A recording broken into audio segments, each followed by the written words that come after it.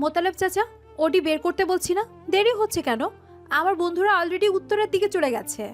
গ্যারেজের এক কোনায় দাঁড়িয়ে থাকা সাদা রঙের ল্যান্ড ক্রুজার গাড়িটার সামনে এক যুবককে হেলান দিয়ে দাঁড়িয়ে থাকতে দেখে সিমি থমকে দাঁড়ালো। আই যে মিস্টার, আপনি কে? এখানে এভাবে দাঁড়িয়ে আছেন কেন? হুম, আর আমার ওডি কোথায়? ওডি গ্যারেজে আছে, তবে আজকে ওই গাড়িটা বের হবে না। আপনি এই ল্যান্ড ক্রুজারে উঠবেন। এক্সকিউজ মি, আপনি কি আমাকে হুকুম করার? হ্যাঁ, আপনি কি নতুন ড্রাইভার আর কথা বলছেন এত সাহস নিয়ে? হুম হুম। আমি আপনার ড্রাইভার নই, আপনার ছায়া বলতে পারেন। আজ থেকে আপনার 24 ঘন্টার বডিগার্ড আমি। বডিগার্ড? আপনি? What a joke! ড্যাড কি পাগল হয়ে গেছে নাকি?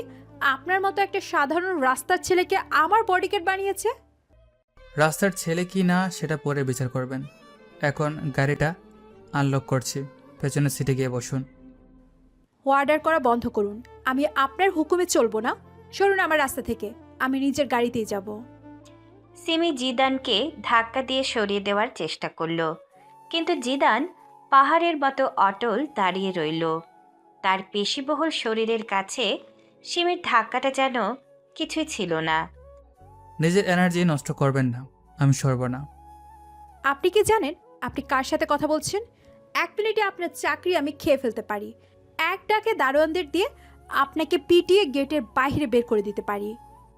চেষ্টা করে দেখতে পারেন, তবে আপনার ড্যাড আপনাকে যে সিকিউরিটির মধ্যে রাখতে বলেছেন তার দায়িত্ব আমার হাতে। দারোয়ানদের চেয়ে আমাকে সরানো আপনার জন্য একটু বেশি কঠিন হবে। আপনার নাম কি শুনি একবার? কোন বস্তি থেকে আপনাকে ড্যাড তুলে আনলেন?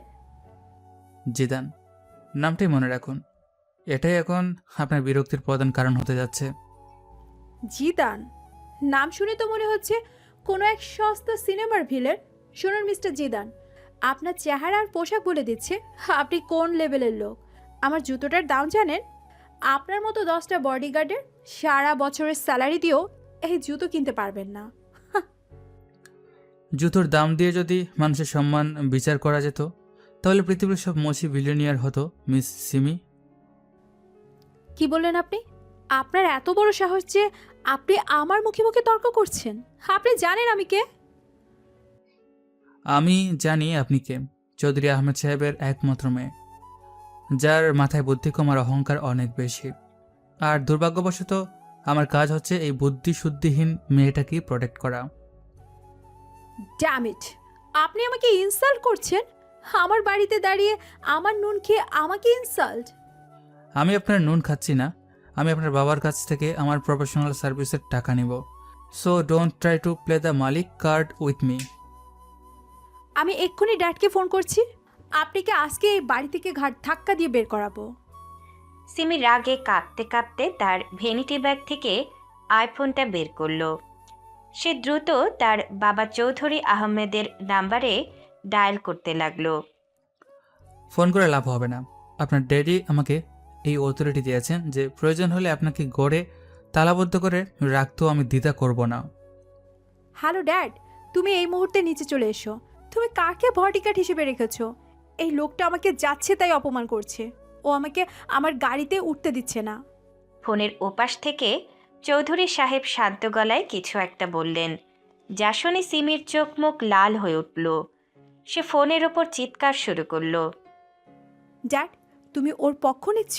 ও আমাকে বলেছে আমি নাকি বুদ্ধিশুদ্ধিহীন। তুমি জানো ও নিজেকে কি ভাবছে? ও বলেছে ও আমাকে নাকি ল্যান্ড ক্লোজারে করে নিয়ে যাবে। আমি ওই বস্তি মার্কা জিপে চড়বো না ড্যাড। ওপাশ থেকে চৌধুরী সাহেব ধমক দিয়ে বললেন যে জিদান যা বলবে সিমিকে তাই শুনতে হবে, নয়তো সিমির ক্রেডিট কার্ড আর সব গাড়ির চাবি আজই জব্দ করা হবে। সিমি ফোনটা কেটে এক আছাড় মারতে গিয়েও থেমে গেল। ড্যাডকে কি জাদু করেছেন আপনি? হ্যাঁ, ড্যাড আমার সাথে আগে কখনো এভাবে কথা বলেনি। জাদু নয় মিস সিমি, এটাকে বলে লজিক। আপনার বাবা এখন বোঝেন যে আপনার এই উড়নছন্ডী স্বভাব আপনাকে বিপদে ফেলেছে। এখন চুপচাপ গাড়িতে উঠবেন নাকি আমি পাজা খোলা করে বসিয়ে দেব? You must be kidding! আপনি আমাকে টাস্ক করার কথা ভাবছেন? হ্যাঁ, সাহস কত বড়! আমার সাহস নিয়ে প্রশ্ন করবেন না। আমি আমার ডিউটির জন্য অনেক কিছু করতে পারি। আপনি কি ঘড়ি দেখছেন? অলরেডি 12:15। আপনার সেই তথাকথিত বন্ধুরা হয়তো আপনাকে ফেলে রেখে মাওয়া হাইওয়েতে চলে গেছে। তাতে আপনার কি? আমি যেভাবে খুশি করব। সমস্যা আছে। আপনি যে অডিটা নিয়ে বের হতে চাইছেন, ওটার জিপিএস ট্র্যাকার কাল রাত থেকে কাজ করছে না। আর আজকের পলিটিক্যাল যা সিচুয়েশন, ওই চকচকে অডি নিয়ে বের হওয়া মানে মাঝ রাস্তায় কোনো গ্যাংয়ের টার্গেট হওয়া।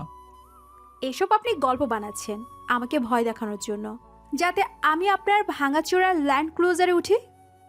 ভয় আপনি অলরেডি পাচ্ছেন। আপনার চোখের মনি কাঁপছে। লজিকটা শুনুন। অডিটার গ্রাউন্ড ক্লিয়ারেন্স কম। রাস্তার জ্যামে একবার আটকালে আপনি পালাতে পারবেন না, কিন্তু এই জিপ যে কোনো রাস্তা দিয়ে বের হতে পারবে।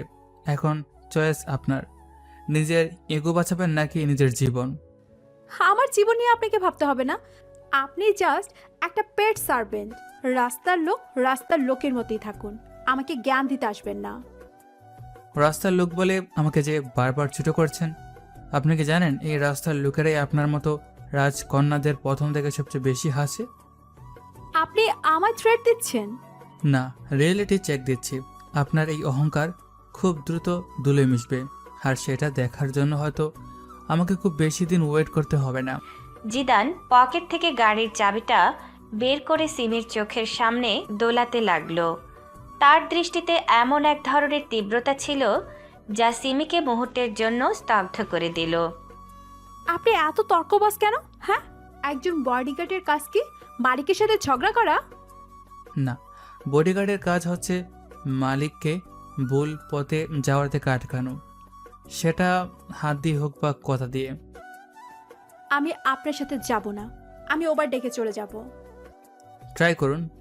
আমার সামনেই অ্যাপ ওপেন করুন।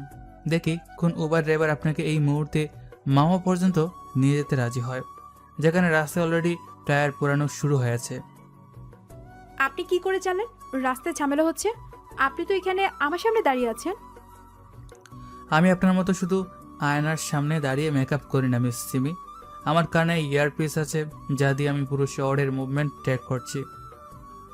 ফালতু কথা, এসব আপনার নাটক। আপনি জাস্ট আমাকে ডোমিনেট করতে চাইছেন। আপনাকে ডোমিনেট করে আমার কোনো লাভ নেই। আপনি আমার ট্রাইব নন।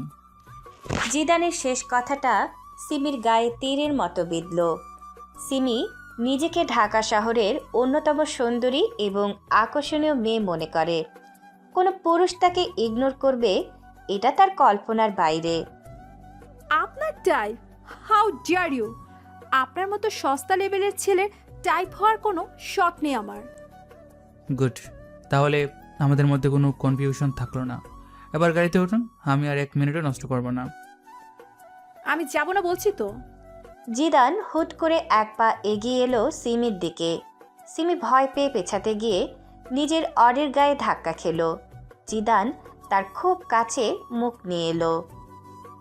শুনুন মিস সিমি আহমেদ, আমি এখানে আপনার সাথে রোমান্টিক ডিনার করতে আসিনি।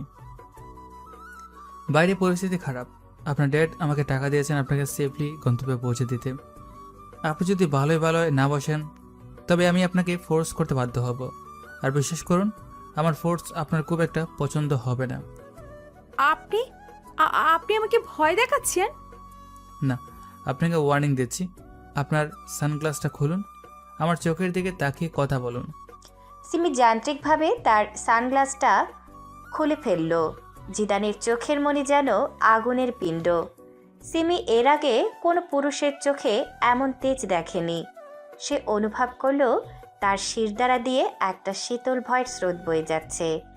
আপনার বন্ধুদের ফোন দেন, জিজ্ঞেস করুন ওরা কোথায়। আমি কেন ফোন দিব? কারণ আমি দেখতে চাই আপনার বন্ধুরা আপনাকে কতটা ভ্যালু দেয়। ফোন করুন এখনই।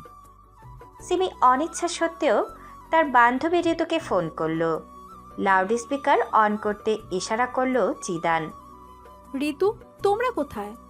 আরে সিমি, আমরা তো অলরেডি হাইওয়েতে। জ্যামের যা অবস্থা, আমরা আর ওয়েট করতে পারলাম না। তুই কোনোভাবে চলে আয়। কিন্তু তোরা তো জানতিস আমি আসছি, তোরা আমাকে ছাড়া চলে গেলি। সরি ইয়ার, রাফি বলল দেরি করলে নাকি পুলিশ রাস্তা ব্লক করে দেবে। তুই জলদি আয়, মাওয়া ঘাটে দেখা হবে। বাই। ফোনটা কেটে যাওয়ার পর সিমি অপমানে কুঁকড়ে গেল। তার তথাকথিত বেস্ট ফ্রেন্ডরা তাকে রাস্তার মাঝখানে এভাবে একা ফেলে চলে যাবে সে ভাবতেও পারেনি। জিদান একটা বাঁকা হাসি হাসল। দেখলেন তো আপনার টাকা আর আভিজাত্যের বন্ধুদের কাছে আপনার ভ্যালু কতটুকু। বিপদের আঁচ পেতেই আপনাকে ফেলে পালিয়েছে। চুপ করুন আপনি, একদম চুপ। আপনি এসব আগে থেকে জানতেন তাই না? হুম হুম। আমি জানতাম মানুষ কতটা স্বার্থপর হয়, বিশেষ করে আপনার সার্কেলের মানুষগুলো। এখন কি আপনার সেই অডি নিয়ে একলা রাস্তায় বের হওয়ার সাহস আছে? আমি আমি যাব না, আমি উপরে চলে যাচ্ছি। তাও হবে না। আপনার ড্যাড আমাকে ইনস্ট্রাকশন দিয়েছেন আপনাকে আজকে মাওয়া নিয়ে যেতে, কারণ ওখানে ওনার একটা বিজনেস ডিল আছে যেখানে আপনার থাকা জরুরি। So you are coming with me. আপনি সব জানেন তাই না? ড্যাড কি ডিল করবে না করবে সব আপনাকে বলে রেখেছে।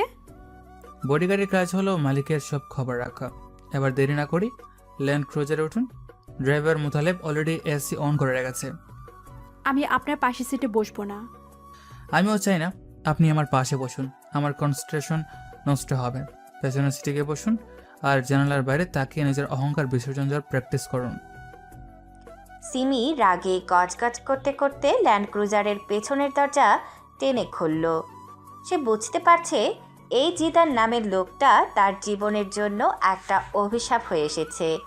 গাড়িতে উঠে থপাস করে বসে সে মনে মনে শপথ নিল। মনে রাখবেন জিদান, এই অপমানের বদলা আমি নেবই। আপনাকে এই চাকরি থেকে ঘর ধাক্কা দিয়ে বের করে দিব আমি। আপনাকে আমি রাস্তায় যদি না দাঁড় করিয়েছি তবে আমার নাম সিমি আহমেদ না। শপথটা বেশি ভারী হলো।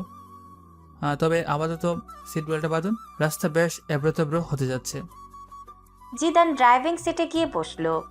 মোতালেব চাচা গ্যারেজের বাইরে দাঁড়িয়ে অবাক হয়ে দেখছেন যে সিমি আহমেদ কিভাবে একজন নতুন বডিগার্ডের কথা শুনে চুপচাপ গাড়িতে উঠে গেল। জিদান গাড়িটা স্টার্ট দিল। ইঞ্জিনের গম্ভীর গর্জন পুরো গ্যারেজে প্রতিধ্বনিত হলো। মুতালেব চাচা, গেটটা খুলুন, রাজকন্যার বনবাস যাত্রা শুরু হোক। আপনি কি বললেন? বনবাস যাত্রা মানে কি? কথা কম বলুন, দীর্ঘ পথ। এসিটা বাড়িয়ে দিলাম, ঘুমানোর চেষ্টা করুন, নয়তো আমার চেহারা থেকে আপনার হার্ট অ্যাটাক হতে পারে। ল্যান্ড ক্রুজারটা ম্যানশনের বিশাল গেট পেরিয়ে ঢাকার ব্যস্ত রাস্তায় বেরিয়ে এলো। সিমি জানালার বাইরে তাকিয়ে দেখছে গুলশানের রাস্তাঘাট, কিন্তু তার মনের ভেতর তখন আগ্নেয়গিরি জ্বলছে। সে ভাবছে কিভাবে এই জিদানকে শায়েস্তা করা যায়। অন্যদিকে জিদান খুব স্থিরভাবে স্টিয়ারিং ধরে আছে। তার দৃষ্টি সামনের রাস্তার উপর নিবদ্ধ, যেন সে কোনো এক বড় শিকারের অপেক্ষায় আছে। আপনার বাড়ি কোথায় জিদান? মা বাবা কি কেউ নেই যে আপনাকে মানুষের গোলামি করতে পাঠিয়েছে?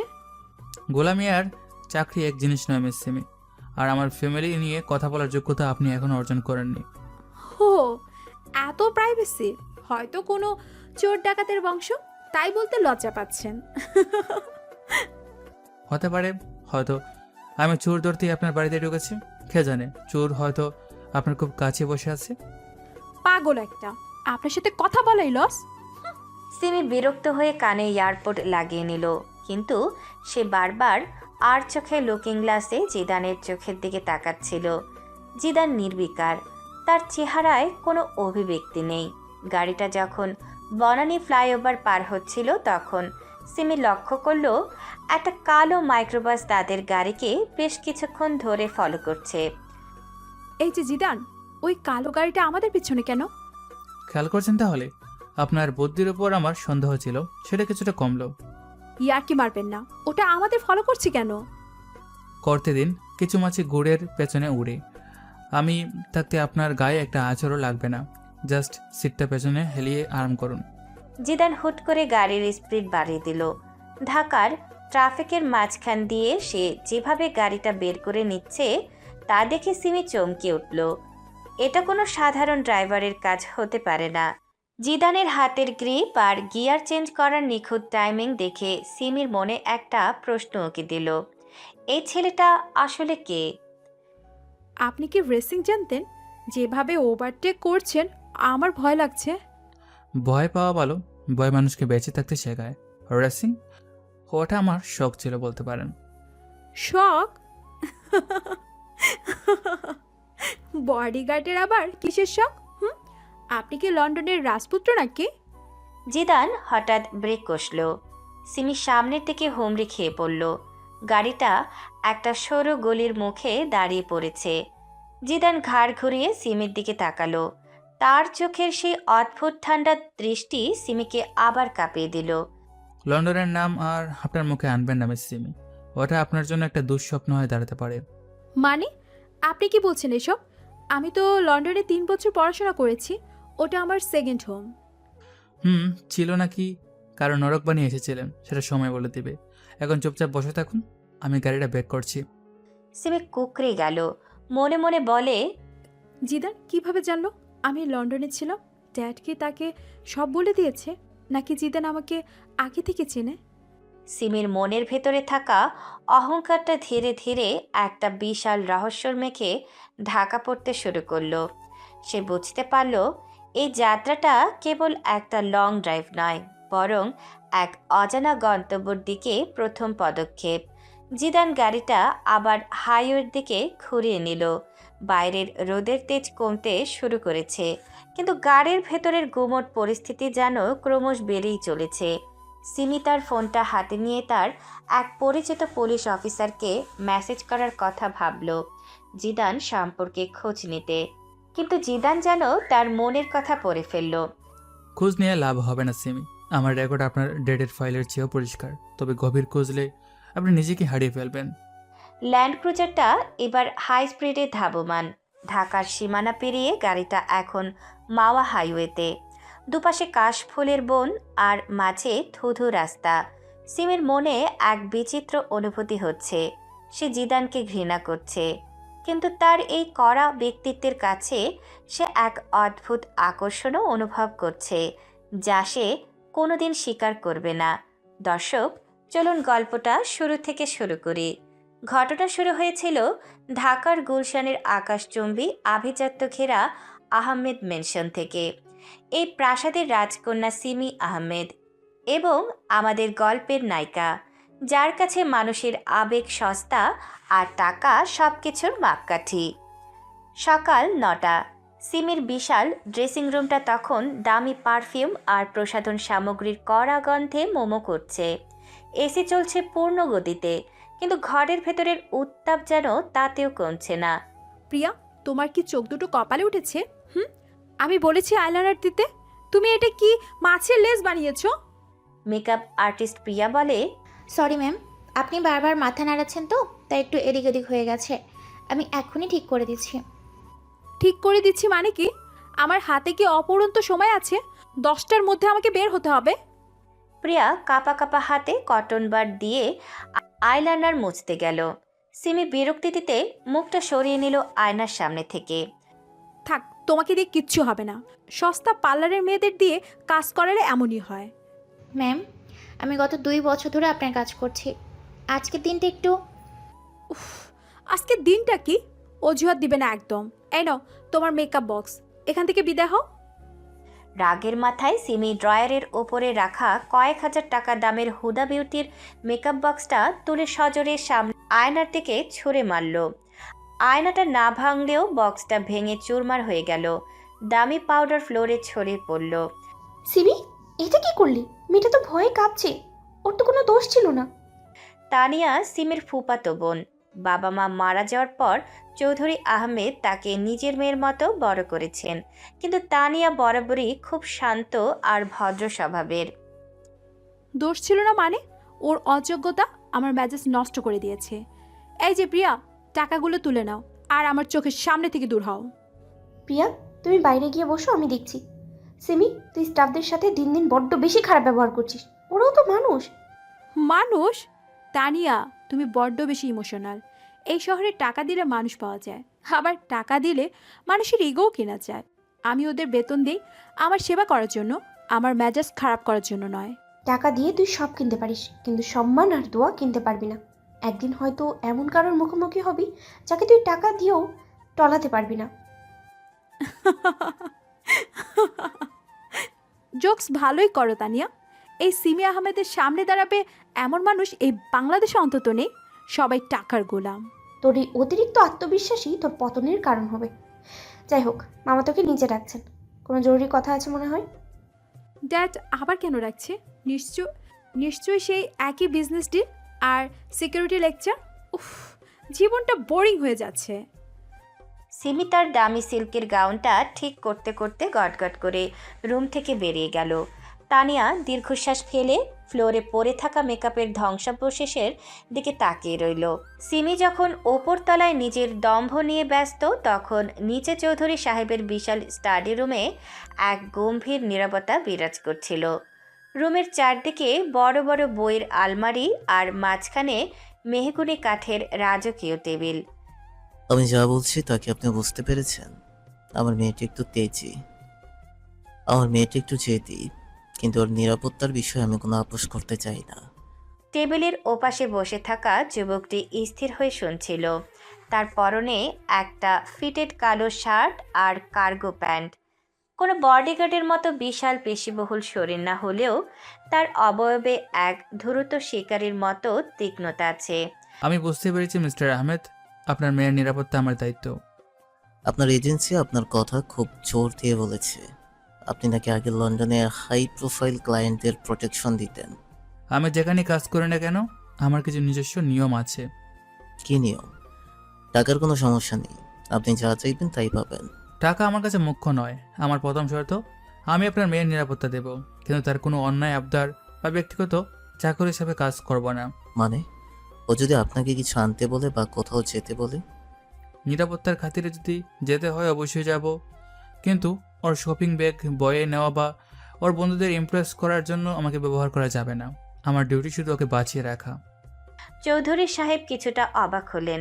সাধারণত বডিগার্ডরা তার সামনে মাথা নিচু করে থাকে, কিন্তু এই ছেলেটির চোখের দৃষ্টিতে এক অদ্ভুত রাজকীয়তা আর আত্মবিশ্বাস। আপনার সাহস দেখে আমি মুগ্ধ। তো মনে রাখবেন, সেমি কিন্তু খুব একটা সহজ মেয়ে নয়। ও আপনাকে অপমান করতেও ছাড়বে না। অপমান সহ্য করা বা না করা আমার উপর নির্ভর করে, তবে আমি আমার প্রফেশনাল বাউন্ডারি কখনো ক্রস করি না। ঠিক আছে, আজ থেকে আপনার জয়েনিং। এই যে সিমের বর্তমান রুটিন আর ওর বন্ধুদের লিস্ট। ও আজ মাওয়া যাওয়ার প্ল্যান করছে। আমি পরিস্থিতি স্টাডি করে নিয়েছি। আজকের পলিটিক্যাল মুভমেন্ট অনুযায়ী ওকে একা ছাড়া ঠিক হবে না।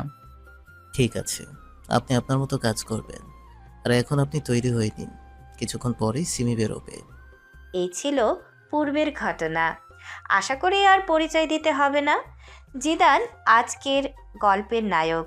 এদিকে জিদান আর সিমি যখন হাইওয়েতে লং ড্রাইভে যাওয়ার পর একটি রেস্টুরেন্টের সামনে গিয়ে গাড়ি থামায়। সিমি রেস্টুরেন্টের ভেতরে চলে গেছে। জিদান বাইরে অপেক্ষা করছে।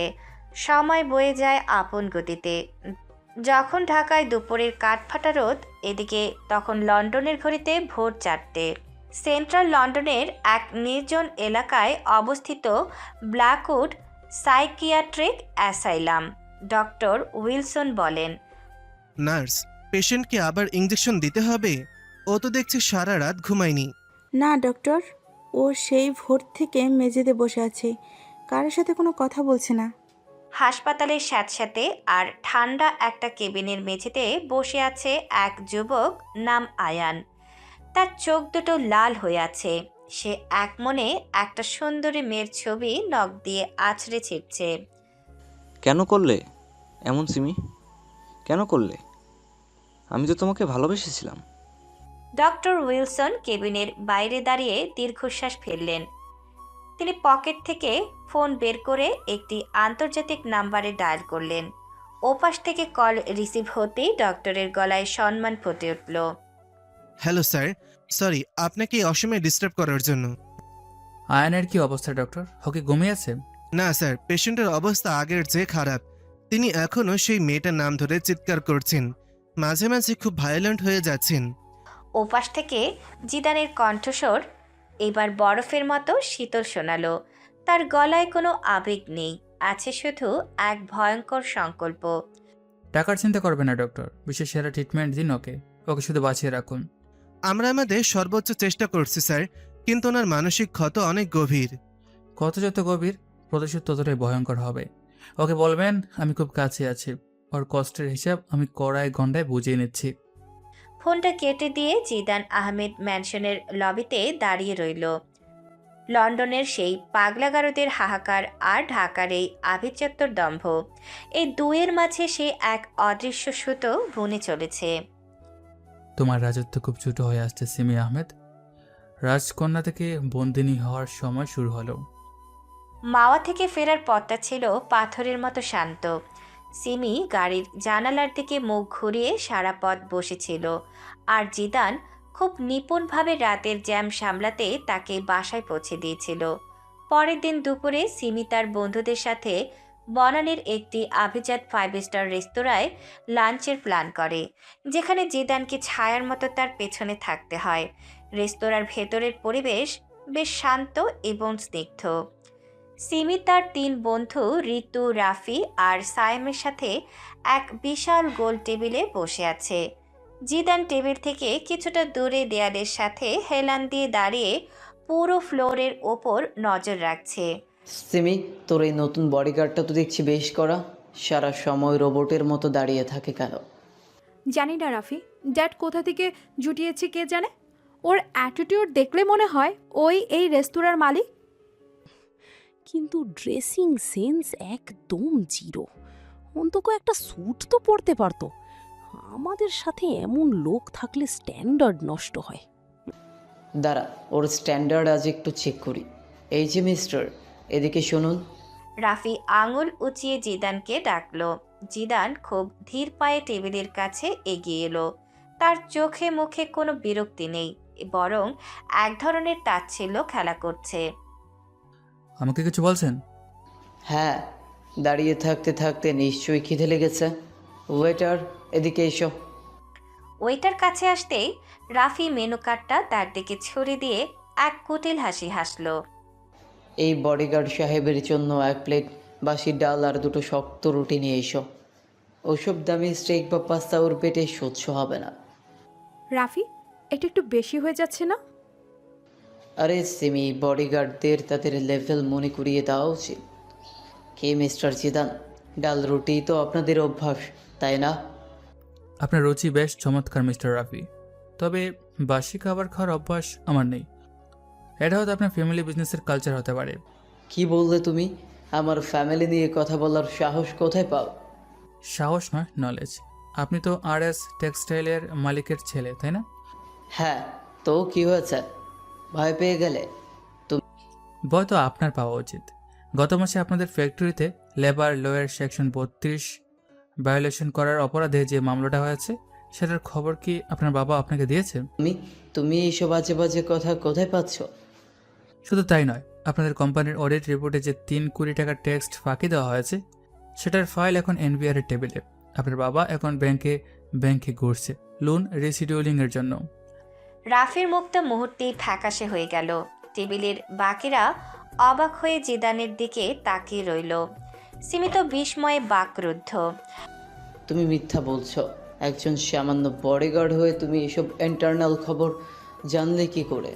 আমি বলেছি না, আমি চোর ধরতে জানি। আপনার বাবা যখন শ্রমিকদের বেতন না দিয়ে নিজের জন্য এই নতুন BMW কিনেছেন, তখনই তার পতন শুরু হয়েছে। জিদান, আপনি কি শিওর আপনি যা বলছেন? আমি কখনো তথ্য ছাড়া কথা বলি না মিস সিমি। মিস্টার রাফি আমাকে অপমান করার আগে নিজের ঘরটা সামলান, নয়তো খুব শীঘ্রই আপনার এই দামি ব্র্যান্ডের গড়িটা নিলামে চড়বে। রাফি, ও যা বলছে তা কি সত্যি? আমি আসছি, আমার একটা ইম্পর্টেন্ট কল করতে হবে। রাফি প্রায় দৌড়ে রেস্তোরাঁ থেকে বেরিয়ে গেল। ঋতু আর সায়েমও অস্বস্তিতে পড়ে সিমিকে বিদায় জানিয়ে চলে গেল। সিমি একা বসে রইল টেবিলটাতে। জিদান আবার আগের জায়গায় গিয়ে স্থির হয়ে দাঁড়ালো। জিদান, এদিকে আসুন। জিদান এগিয়ে এলো। সিমি এবার তার দিকে গভীর নজরে তাকালো। তার মনে হাজারটা প্রশ্ন। আপনি কি আসলে বডিগার্ড নাকি কোনো ইনভেস্টিগেটিভ জার্নালিস্ট? আমি যা তা আপনার সামনেই আছে। রাফির বাবার কোম্পানিতে অত গোপন খবর আপনি জানলেন কি করে? ওসব তো সাধারণ মানুষের জানার কথা নয়। খবর বাতাসে ওরে মিস সিমি, শুধু সেটা ধরার মতো খান থাকতে হয়। আপনি মানুষটা বড্ডই অদ্ভুত। এক মুহূর্তে আপনি খুব অশিক্ষিত আর খুব রুক্ষ আচরণ করেন, আবার অন্য মুহূর্তে কর্পোরেট জগৎ নিয়ে এমন কথা বলেন যা বড় বড় সিওরাও জানে না। মানুষকে জাজ করা বন্ধ করুন। আপনি যা দেখেন তা সবসময় সত্যি হয় না। আমি আপনাকে ঘৃণা করি জিদান, কিন্তু আপনার এই কথা বলার স্টাইল এটা আমাকে কনফিউজড করে দিচ্ছে। কনফিউশন থাকা ভালো, এতে সত্য জানার আগ্রহ বাড়ে। খাওয়া শেষ হলে চলুন, আপনার ডেট ফোন করেছিলেন। সিমি আর কোনো কথা না বলে বিল মিটিয়ে রেস্তোরাঁ থেকে বেরিয়ে এলো। গাড়িতে ওঠার সময় সে একবার জিদানের হাতের দিকে তাকালো। স্টিয়ারিং ধরার ভঙ্গিতেও এক অদ্ভুত আভিজাত্য। সিমি মনে মনে ভাবল, এই ছেলেটা কি আসলেই বডিগার্ড হওয়ার যোগ্য, নাকি সে অন্য কোনো উদ্দেশ্য নিয়ে এই বাড়িতে ঢুকেছে। রেস্তোরাঁ সেই ঘটনার পর থেকে সিমি সারা রাত ঘুমাতে পারেনি। জিদানের সেই গম্ভীর স্বর তার কানে বারবার বাজছিল। পরের দিন বিকেল, আকাশে মেঘ জমেছে, বাতাসটা বেশ ঠান্ডা। সিমি দোতলার বারান্দায় দাঁড়িয়ে কফির কাপে চুমুক দিচ্ছিল। উফ, বৃষ্টির আগে ভাবসা গরম লাগছে। তানিয়া, এসিটা চেক করতে বলেছিস? বলবো, তুই আগে কফিটা শেষ কর। নিচে দেখ, মালিক চাচা একা এত বড় টপটা সরাচ্ছে। সিমি নিষ্পৃহ চোখে নিচে তাকালো। 70 বছর বয়সী রহিম চাচা কাঁপা কাঁপা হাতে মাটির বিশাল একটা টব সরানোর চেষ্টা করছেন। হঠাৎ রহিম চাচার পা পিছলে গেল। ওহ নো, লোকটা তো টপের নিচে পড়বে। সিমি চিৎকার করার আগেই দেখল কেউ একজন বিদ্যুতের গতিতে ছুটে গিয়ে রহিম চাচাকে জড়িয়ে ধরেছে। টপটা এক হাত দিয়ে আটকে দিয়ে অন্য হাতে বৃদ্ধকে ধরে ফেলল জিদান। চাচা সামলে, আপনি একা এত ওজন কেন নিতে গেছেন? বাবা, ছোট সাহেব বলেছিলেন গাছগুলো সরিয়ে ফেলতে। আমার শরীরটা আজ একটু দুর্বল। শরীর খারাপ থাকলে কাজ করার দরকার নেই, আপনি এখানে বসুন। জিদান বৃদ্ধকে বাগানের বেঞ্চে বসালো। সিমি ওপর থেকে দেখল জিদান কোনো দ্বিধা ছাড়াই ঘাসের ওপর হাঁটু গেড়ে বসলো। সে দেখল রহিম চাচার হাঁটু ছিলে গেছে আর রক্ত বের হচ্ছে। একটু ধরুন চাচা, আমি ড্রেসিং করে দিচ্ছি। না না না বাবা, তুমি তো বড় ঘরের বড় বডিগার্ড, তুমি আমার পায়ে হাত দিচ্ছ কেন? পাপ হবে। মানুষের সেবা করলে পাপ হয় না চাচা। আমি অনেক বড় ডাক্তার নই, তবে ব্যান্ডেজটা ভালোই করতে জানি। জিদান পকেট থেকে একটা ছোট ফার্স্ট এড কিট বের করলো, যা সে সব সময় সাথে রাখে। সে খুব যত্ন করে রহিম চাচার ক্ষত পরিষ্কার করলো এবং নিজ হাতে মলম লাগিয়ে ব্যান্ডেজ করে দিল। সিমি মনে মনে বলে, এই কি সেই জিদান যে কাল রাফিকে কুকুরের মতো অপমান করলো? ওর হাত দুটো কত নরমভাবে রহিম চাচাকে ধরছে। দেখলি তো সিমি, তুই যাকে রাস্তার লোক বলতিস, তার ভেতরে কতটা মানবতা। তুই কি কোনোদিনও কোনো গরিব মানুষের জন্য এমন করতে পারছিস? আমি আমি তো মালি চাচাকে স্যালারি দেই, ওইটাই তো যথেষ্ট। না সিমি, স্যালারির দায়িত্ব মেটায়, কিন্তু ভালোবাসা আর সম্মান দিতে কলিজা লাগে। এই ছেলেটার ভিতরে সেটা আছে। সিমি নিচে নেমে এলো। সে বাগানের এক কোণায় দাঁড়িয়ে আড়ি পেতে তাদের কথা শুনছিল। এই নিন জল খান চাচা, আর আজ আপনি আর কাজ করবেন না, আমি আপনার টপগুলো গুছিয়ে দিচ্ছি। তুমি করবে বাবা, তুমি তো এই বাড়ির মেহমানের মতো। আমি কারো মেহমান নই চাচা, আমি এবারের পাহারাদার। আর পাহারাদারের কাজ শুধু গেটে দাঁড়িয়ে থাকা নয়, ভেতরে মানুষগুলোকে আগলে রাখা। জিদান, জিদান ঝট করে ঘুরে দাঁড়ালো। মুহূর্তের মধ্যে তার চোখের সেই কোমলতা উবে গিয়ে আবার সেই কড়া বডিগার্ডের রূপ ফিরে এলো। মিস সিমি, আপনি নিচে কেন? আপনার তো এখন পার্লারে যাওয়ার কথা। আমি কি সব সময় পার্লারেই যাই? আচ্ছা, রহিম চাচার অবস্থা কেমন? হুম। এখন ঠিক আছে, তবে ওনার বিশ্রামের প্রয়োজন। রহিম চাচা, আপনি কাল থেকে 3 দিন ছুটিতে থাকবেন, আপনার বেতন কাটা হবে না। আর শোনো, রহিম চাচাকে ভেতরে নিয়ে গিয়ে ভালো খাবার দাও। ধন্যবাদ ছোট মা, আল্লাহ তোমার ভালো করবেন। রহিম চাচা খুঁড়িয়ে খুঁড়িয়ে ভেতরে চলে গেলেন। বাগান এখন একদম শান্ত। সিমি আর জিদান মুখোমুখি দাঁড়িয়ে। বাতাসের দোলায় সিমির চুলগুলো তার মুখে এসে পড়েছে। আপনি কি আমার উপর ইমপ্রেশন জমাতে এসব করছেন? আমার হাতে অত সময় নেই মিস সিমি, আর আপনাকে ইমপ্রেস করে আমার প্রমোশন হবে না। আপনি খুব অদ্ভুত। কাল আপনি ওভাবে রাফির সাথে কেন কথা বললেন? আপনি কি জানতেন আমি অবাক হব? হুম। আমি আপনাকে অবাক করতে নয়, আপনাকে সত্যিটা দেখাতে চেয়েছিলাম। আপনি যাদের বন্ধু পাবেন তারা আসলে আপনার বাবার সম্পদের বন্ধু। আপনি আমাকে সব সময় ছোট করেন কেন? আমি কি আপনার চোখে এতটাই নিচু? আমি আপনাকে ছোট করি না, আমি আপনার ধম্বের আয়নাটা আপনার সামনে ধরি। তাতে যদি আপনি নিজেকে ছোট দেখেন, সেটা আমার দোষ নয়। শুনুন জিদান, আপনি যে মালি চাচার জন্য যা করলেন, থ্যাঙ্কস ফর দ্যাট। সিমি খুব নিচু স্বরে কথাটি বলল। তার গলায় প্রথমবারের মতো কোনো দম্ভ ছিল না। জিদান কিছুটা সময় স্থিরভাবে সিমির চোখের দিকে তাকিয়ে রইল। ধন্যবাদ দিতে হবে না, শুধু নিজের চারপাশের মানুষগুলোকে মানুষ হিসেবে দেখতে শিখুন, তাহলে হয়তো কোনোদিন নিজের উপর ঘৃণা আসবে না। আপনি কি আমাকে ঘৃণা করেন? ঘৃণা করার জন্য ভালোবাসা বা কোনো রিলেশন থাকা দরকার। আপনার সাথে আমার তেমন কিছুই নেই। জিদান গটগট করে বাগানের অন্য পাশে চলে গেল টবগুলো সরাতে। সিমি একা দাঁড়িয়ে রইল। তার বুকের ভেতর এক অদ্ভুত কম্পন শুরু হয়েছে। ঘৃণা, ভালোবাসা, সে জানে না এটা কি, কিন্তু জিদান নামের এই রহস্যময় মানুষটি তার পুরো পৃথিবীটাকে ওলটপালট করে দিচ্ছে। সিমি অনুভব করল সে প্রথমবার এমন একজনের প্রেমে পড়ার ভয়ে কাঁপছে, যাকে সে কোনোদিন কিনতে পারবে না। কে আপনি জিদান? কেন আপনার প্রতিটি কথা আমার হৃদয় তীরের মতো বাজছে? আমি কি সত্যি আপনার জালে জড়িয়ে যাচ্ছি? সন্ধ্যা নেমে এলো আহমদ ম্যানশনের বাগানে। সিমি বারান্দা থেকে দেখল জিদান একা হাতে বিশাল টবগুলো সাজিয়ে রেখেছে। তার কপালের ঘাম মুছতে মুছতে সে একবার ওপরের দিকে তাকালো। সিমি চট করে আড়ালে চলে গেল। সে বুঝতে পারছে না এই পাহারাদার তাকে বিপদে ফেলছে নাকি তাকে নতুন করে বাঁচাতে শেখাচ্ছে। মালি চাচার প্রতি জিদানের সেই অদ্ভুত মমতা দেখে সিমির মনের ভেতর এক অজানা অস্থিরতা শুরু হয়েছিল। সেই অস্থিরতা নিয়েই সে রাতে এক বান্ধবীর বার্থডে পার্টিতে গিয়েছিল, যেখানে জাঁকজমক আর উল্লাসের কমতি ছিল না। কিন্তু ফেরার পথে প্রকৃতির রূপ বদলে গেল মুহূর্তেই। রাত ৮টা। শহরের কোলাহল ছাড়িয়ে ল্যান্ড ক্রুজারটি তখন নির্জন হাইওয়ের দিকে ঢাকার দিকে ফিরছে। হঠাৎ আকাশ ভেঙে বৃষ্টি নামলো, আর ঠিক সেই মুহূর্তেই গাড়ির ইঞ্জিনটা একটা ঝাঁকুনি দিয়ে বন্ধ হয়ে গেল। জিদান, গাড়ি থামলো কেন? কি হয়েছে? ইঞ্জিন ওভারহিট হয়েছে মনে হচ্ছে, জাস্ট এ মিনিট। জিদান নিচে নামলো। বৃষ্টির তোড়ে কয়েক সেকেন্ডের মধ্যে সে ভিজে একাকার। বোনট খুলে কিছুক্ষণ দেখার পর সে আবার গাড়িতে ফিরে এলো। কি হলো? ঠিক হয়েছে? এখান থেকে বের হতে পারছি না কেন আমরা? রেডিয়েটর পাইপ লিক করছে, এই বৃষ্টিতে এখন এটা সারানো অসম্ভব। অসম্ভব মানে? আপনি বডিগার্ড না? আপনার কাজ তো আমাকে সেফলি বাসায় পৌঁছে দেওয়া। এখন এই মাঝ রাস্তায় আমি কি করব? চেঁচামেচি বন্ধ করুন, আপনার চিৎকার শুনলে গাড়ি ঠিক হয়ে যাবে না। আপনি আমাকে ধমক দিচ্ছেন? আপনার অবহেলার জন্য আজ আমি এখানে আটকে আছি। Just look at this place. চারিদিকে অন্ধকার, আমার খুব ভয় করছে জিদান। ভয় পাওয়া বন্ধ করে লজিক্যালি চিন্তা করুন। আমরা জনমানবহীন জায়গায় নেই, তবে আশেপাশে কোনো মেকানিক শপও নেই। আমাদের অপেক্ষা করতে হবে বৃষ্টি কমার জন্য। অপেক্ষা? এই সারা রাত আমি এখানে বসে থাকবো? আপনি কেন আগে চেক করেননি গাড়িটা? You are so irresponsible.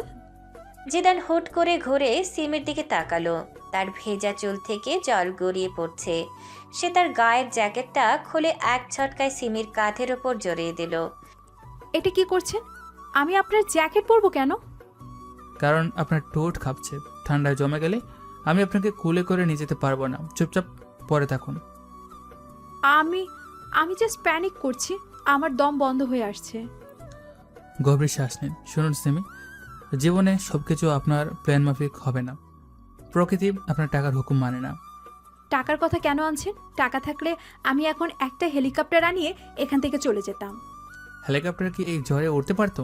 পারতো না। আপনার এই কোটি কোটি টাকা এখন আপনাকে এক কাপ গরম চাও এনে দিতে পারবে না। আপনি সবসময় আমার টাকাকে তুচ্ছ করেন কেন? হ্যাঁ, এই টাকা দিয়েই তো আমার পরিচয়।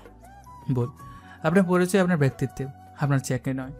আজ যদি এই গাড়িটা খাদে পড়ে যেত, আপনার ব্যাংকের ব্যালেন্স কি আপনার প্রাণ বাঁচাতে আসতো? আপনি খুব নিষ্ঠুরভাবে কথা বলেন। কেন আপনি মনে করেন আমি খুব খারাপ? আমি আপনাকে খারাপ বলিনি, বলেছি আপনি অন্ধ। আপনি মনে করেন টাকা থাকলে আপনি পৃথিবীর মালিক, কিন্তু দেখুন আজ একটা সামান্য বৃষ্টির কারণে আপনি কতটা অসহায়। আমি অসহায় নই, আমি শুধু একা থাকতে ভয় পাই। আপনি একা নন, আমি এখানে আছি। জিদানের গলার স্বরে এমন এক ধরনের গভীরতা আর ভরসা ছিল যে সিমি চুপ হয়ে গেল। সে জ্যাকেটটা ভালো করে গায়ে জড়িয়ে নিল। জিদানের গায়ের এক অদ্ভুত পুরুষালী ঘ্রাণ তার নাকে আসছে। জিদান, আপনি কি কখনো কাউকে ভালোবেসেছেন, নাকি আপনার জীবনে শুধু ওই রুক্ষ লজিকই সব? ভালোবাসা বিলাসিতা সিমি, আমার মতো মানুষের জীবনে এসবের জায়গা নেই। কেন নেই? আপনি কি মানুষ নন? হুম। আমি একজন সৈনিকের মতো, যার কাজ শুধু লক্ষ্য পূরণ করা। আবেগ জায়গা নিয়ে বাধা হয়ে যায়। আপনার চোখগুলো খুব সুন্দর, কিন্তু খুব ভয়ঙ্কর। মাঝে মাঝে মনে হয় আপনি আমার চোখের দিকে তাকিয়ে আমার আত্মাটা পড়ে ফেলছেন। আপনার আত্মায় শুধু ধুলো জমেছে সিমি, একটু পরিষ্কার করলে হয়তো আপনিও সুন্দর কিছু দেখতে পারবেন। আপনি কি আমাকে বদলে দিতে চান? হুম। কাউকে বদলানোর ক্ষমতা কারণেই মানুষ নিজে নিজকে বদলায়, যখন সে বুঝতে পারে সে ভুল পথে ছিল। বৃষ্টির শব্দ ছাপিয়ে গাড়ির ভেতর এক অদ্ভুত নিস্তব্ধতা নেমে এলো। সিমি অপলক দৃষ্টিতে জিদানের প্রোফাইলের দিকে তাকিয়ে রইল। এই মানুষটাকে আমি কেন ঘৃণা করতে পারছি না? কেন ওর বকা শুনলে আমার কান্না না পেয়ে লজ্জা লাগছে? ঘুমিয়ে পড়ুন, বৃষ্টি কমলে আমি সাহায্য আনবো। আমি ঘুমাতে পারবো না। আপনি গল্প করুন আমার সাথে। আপনার শৈশব কেমন ছিল? আমার শৈশব ছিল আগুনের মতো, যা আমাকে পুড়িয়ে শক্ত করেছে। এর চেয়ে বেশি জানার আপনার প্রয়োজন নেই। আপনি খুব রহস্যময়। আমি কথা দিচ্ছি, আমি আপনাকে একদিন ঠিকই চিনে নেব। জিদান কোনো উত্তর দিল না। সে জানালার বাইরে তাকিয়ে রইল। সিমি ধীরে ধীরে সিটে মাথা হেলিয়ে দিল। জিদানের জ্যাকেটের উষ্ণতা আর তার উপস্থিতির এক অজানা নিরাপত্তা সিমিকে আচ্ছন্ন করে ফেলল।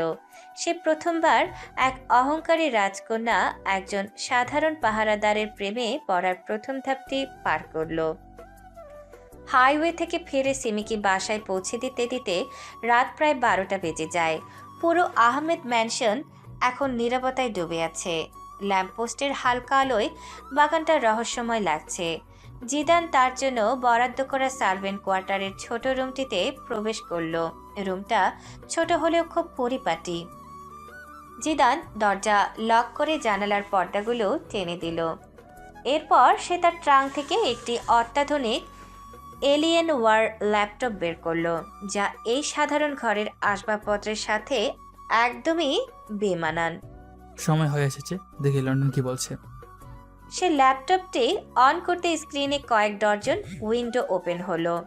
শেয়ার বাজারের গ্রাফ, এনক্রিপ্টেড মেসেজ আর ব্যাংক ট্রানজ্যাকশনের ডাটা দ্রুত ওঠানামা করছে। সে একটি সিকিউর ভিডিও কল কানেক্ট করলো। গুড ইভিনিং বস, লন্ডনে এখন বিকেল, আপনি কি ফ্রি? বলো অ্যালেক্স, মার্কেট আপডেট কি? প্যানিক ছড়িয়ে পড়েছে বস। আপনি হুট করে গায়েব হওয়ার পর জিটেকের শেয়ার কিছুটা পড়েছে, কিন্তু আমরা জেনিথ হোল্ডিংয়ের কর্নার করে ফেলেছি। আপনার একটা সাইন দরকার। মার্কেট পড়তে দাও, ওরা আমাদের জন্য ভালো। সস্তায় সব শেয়ার তুলে নাও। জেনিথকে আমি কাল সকালের মধ্যে আমার পায়ের নিচে চাই। ইয়েস বস, কিন্তু ঢাকার কি অবস্থা? ওই মেয়েটাই কত দূর? মেয়েটা জালে আটকাচ্ছে অ্যালেক্স, ওর অহংকার ভাঙা শুরু হয়েছে, কিন্তু আসল কাজ তো এখনো বাকি। আপনি কি শিওর যে আপনি এই রিস্কটা নেবেন? আপনি লন্ডনের টপ বিলিয়নার, অথচ ওখানে একজন বডিগার্ডের ড্রামা করেছেন। যদি কেউ চিনে ফেলে? চেনার মতো কেউ নেই এখানে। যারা আমাকে চেনে তারা জানে আমি কতটা নিষ্ঠুর হতে পারি। আয়নের কথা ভেবেছ? হ্যাঁ বস, হসপিটালে কথা হয়েছে। ওর অবস্থা স্থিতিশীল নয়। সিমি আহমেদের নাম শুনলেই ও ভায়োলেন্ট হয়ে যাচ্ছে। আয়নের প্রতিটি চিৎকার আমি সিমিকে ফেরত দেব। ও ভাবছে আমি ওর বডিগার্ড, ও জানে না আমি ওর ঝম। বস, মাল্টি বিলিয়ন ডলার ওই প্রজেক্টটা আমি আজই ফাইনাল করছি। আপনার জাস্ট একটা এন্টার কিক বেস করা দরকার। ডান, ডিল ক্লোজ করো। এখন থেকে ওই প্রজেক্টের মালিক আমি। জিদান ল্যাপটপের কিবোর্ডে একটি আঙুল চেপে কয়েক মিলিয়ন ডলারের একটি ট্রানজ্যাকশন মুহূর্তের মধ্যে শেষ করে দিল। তার চেহারায় কোনো উত্তেজনা নেই, যেন এটা তার দৈনন্দিন কাজ। আমার উপর নজর রাখো, আর বাংলাদেশে আমাদের যে ইনফর্মার আছে তাকে বলো সিমির বাবার সব বিজনেস মুভমেন্ট আমাকে জানাতে। হবে বস, সাবধানে থাকবেন। শুভরাত্রি। কলটা কেটে গেল। জিদান ল্যাপটপ বন্ধ করে অন্ধকার রুমের মাঝখানে বসে রইল। তার চোখ দুটো অন্ধকারে জ্বলজ্বল করছে। সে পকেট থেকে একটি পুরনো ছোট ছবি বের করলো, যেখানে আয়ান হাসছে। খুব শীঘ্রই আয়ান, খুব শীঘ্রই ওর সাজানো রাজপ্রাসাদ আমি ধুলো মিশিয়ে দেব। ও তোমাকে পাগল করেছে, আমি ওকে তিলে তিলে শেষ করব। বাইরে থেকে কেউ ভাবতেই পারবে না যে এই ছোট ঘরের সাধারণ বডিগার্ডটি আসলে পৃথিবীর অন্যতম প্রভাবশালী একজন বিলিয়নিয়ার, যে এক রাতে পুরো দেশের ইকোনমি নাড়িয়ে দেওয়ার ক্ষমতা রাখে। জিদান বিছানায় গা এলিয়ে দিল, কিন্তু তার চোখ খোলা। শিকারি যখন তার শিকারের খুব কাছে থাকে তখন তার চোখে ঘুম থাকে না। হাইওয়ের সেই বৃষ্টি ভেজা রাত সিমির শরীরে ছাপ রেখে গেল। পরদিন সকালে যখন সূর্যের আলো আহমেদ ম্যানশনের জানালায় এসে পড়ল, তখন সিমি জ্বরের ঘোরে কাঁপছে। সিমির রাজকীয় বেডরুম তানিয়া বারবার ভেজা রুমাল দিয়ে সিমির কপাল মুছে দিচ্ছে, কিন্তু জ্বরের তপ্ত নিঃশ্বাস কিছুতেই কমছে না। সিমি, একটু স্যুপটা খেয়ে নে, ডক্টর বলে গেছেন খালি পেটে ওষুধ খাওয়া যাবে না। আমি পারবো না তানিয়া, আমার খুব তিতো লাগছে সব কিছু, সরিয়ে নাও এসব। লক্ষ্মীটি 1 চামচ অন্তত খা। মামা মামি সিলেটে বিজনেস ট্যুরে আটকে পড়েছেন, এখন তুই সুস্থ না হলে আমি কি করব? ওরা তো সবসময় বিজনেস নিয়েই থাকে, আমার মরে গেলেও ওদের কিচ্ছু যায় আসে না। আমি খাবো না বলছি না, চলে যাও এখান থেকে। ঠিক সেই মুহূর্তে দরজায় কড়া নাড়ার শব্দ হলো। তানিয়া দরজা খুলতেই দেখল জিম করা টান টান শরীরে জিদান দাঁড়িয়ে আছে, হাতে একটা ট্রে। তানিয়া মিস, আপনি ওটা আমাকে দিন, আমি দেখছি। জিদান, তুমি ভেতরে আসবে? সিমি কিন্তু খুব মেজাজ দেখাচ্ছে। আমি জানি ওকে কিভাবে সামলাতে হয়, আপনি একটু বাইরে যান। জিদান ভেতরে ঢুকে বিছানার পাশে এসে দাঁড়ালো। সিমি চোখ খুলে জিদানকে দেখেই রাগে জ্বলে উঠল। যদিও তার শরীরে শক্তি ছিল না। আপনি এখানে কেন? আমার রুমে ঢোকার পারমিশন আপনাকে কে দিয়েছে? আপনার বাবা। আপনার নিরাপত্তার দায়িত্ব আমার, আর একজন অসুস্থ ক্লায়েন্টকে মরতে দেওয়া আমার প্রফেশনের বিরুদ্ধে। মরতে দেওয়া? আমি জাস্ট জ্বরে ভুগছি, আপনি কি আমাকে ভয় দেখাচ্ছেন? হুম। ভয় নয়, রিয়েলিটি। এই যে সুপ্রে ধরুন, আর এক নিঃশ্বাসে শেষ করুন। আমি খাবো না। আপনি আমাকে অর্ডার করার কে? আমি আপনার জম হতে পারি যদি আপনি নিজের যত্ন না নেন। হাঁ করুন, নাকি আমি মুখ চেপে ধরে খাওয়াবো? আপনি আপনি এত অভদ্র কেন? আমি অসুস্থ, আর আপনি আমাকে ধমক দিচ্ছেন। অসুস্থ বলে কি আপনার কমন সেন্সও হারিয়ে গেছে? এই 1 চামচ স্যুপ খেলে আপনার এগো কমবে না, কিন্তু শরীরের শক্তি বাড়বে। নিন। জিদান চামচটা সিমির মুখের সামনে ধরল। তার চোখের সেই কড়া দৃষ্টি দেখে সিমি আর না করতে পারল না। সে যান্ত্রিকভাবে স্যুপটুকু খেয়ে নিল। খাওয়া শেষ, এবার খুশি তো? এবার যান এখান থেকে। এখন এই দুটো ট্যাবলেট খান। টাকা দিয়ে ওষুধ কেনা যায়, কিন্তু ওই ওষুধ গেলাতে জোর করার মতো মানুষ সবসময় পাওয়া যায় না। আপনি কি বোঝাতে চাইছেন ড্যাড আমাকে ভালোবাসে না? ভালোবাসে, কিন্তু তাদের সময় নেই। এখন ঘুমান, আমি দরজার অপাশে আছি। কতক্ষণ থাকবেন? যতক্ষণ না আপনার জ্বর নামছে, আমি কোথাও যাচ্ছি না। সিমি গভীর ঘুমে তলিয়ে গেল। সারাদিন এভাবেই কেটে যায়। দুপুরেও জিদান জোর করে খাবার খাইয়েছে। ধীরে ধীরে বিকেল গড়িয়ে রাত নেমে আসে। মাঝরাতে তার একবার ঘুম ভাঙল। হালকা নীল আলোয় সে দেখল দরজার নিচে একটা ছায়া। জিদান একটা শক্ত কাঠের চেয়ারে বসে আছে। তার মাথাটা সোজা, সে ঘুমায়নি। কেন করছি ওইটা? স্রেফ চাকরির জন্য, নাকি অন্য কিছু? কেউ তো কখনো আমার জন্য এভাবে রাত জাগেনি। পরের দিন সকালে সিমির জ্বর কমে গেল। সে ফ্রেশ হয়ে বারান্দায় এসে দেখল জিদান তখনও সেই একই জায়গায় বসে আছে। তার চোখ দুটো লাল হয়ে গেছে ক্লান্তিতে। জিদান, আপনি সারা রাত এখানেই ছিলেন? আপনার জ্বর এখন কত? আমি এখন একদম ঠিক আছি। আপনি ঘুমাননি কেন? দায়িত্ব থেকে ছুটি নেওয়ার অভ্যাস আমার নেই।